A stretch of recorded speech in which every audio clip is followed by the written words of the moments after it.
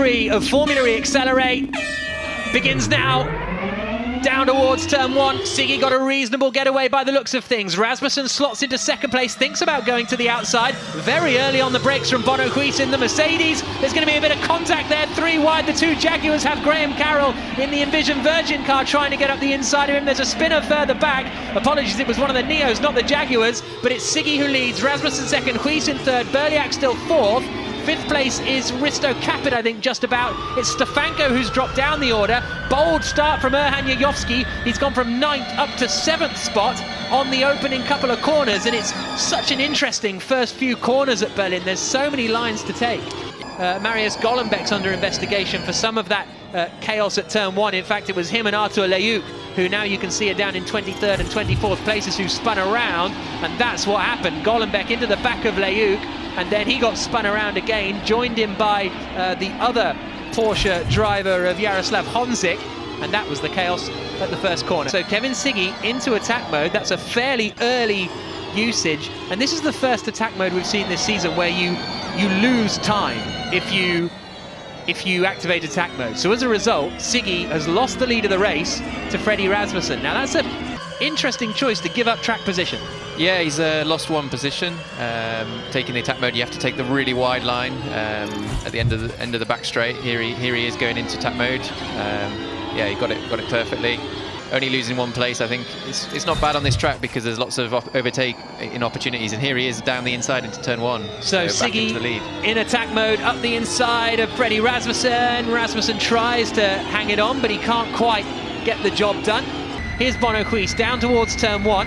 Berliak fights it, but Huis finds the inside, coming into turn 1. Back end nearly goes, but he gets it stopped just in time, and Huis back up into third. So here's Bianca Lila fighting hard with one of the DS cheaters of Nikodem Wisniewski. Side by side up towards the final corner. Still side by side.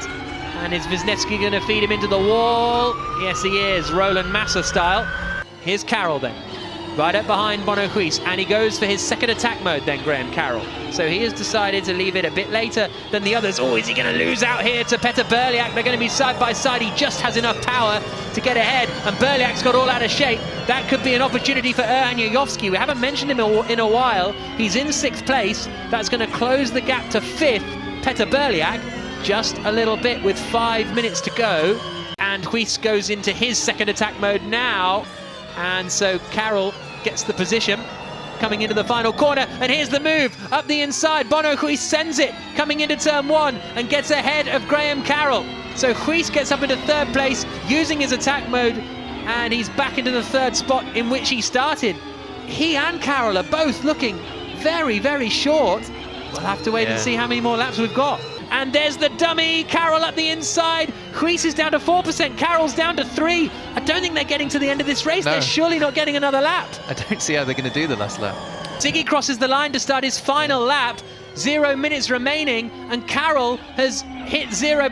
Huis has hit 0%. They've both stopped. Oh. They think that was the end of the race. They thought that was all they had to do. And now they've got to try and creep around somehow on the final lap, but they're not going to make it. So Peter Berliak gets up into 3rd place, up into 4th place. From 9th on the grid goes Erhan Jajovski. What a recovery drive from the championship leader. Carroll slowing down. He's going to try and roll to the finish, but that's not really going to achieve anything. Here comes Kevin Siggy, though, through the final corner. The Race at Home Challenge winner from last year is back in the championship fight. Comes across the line, wins in Berlin. 2nd for Freddie Rasmussen, his second place in a row. Peter Berliak finishes in 3rd, and Erhan Jajovski does manage to pick up 4th position then.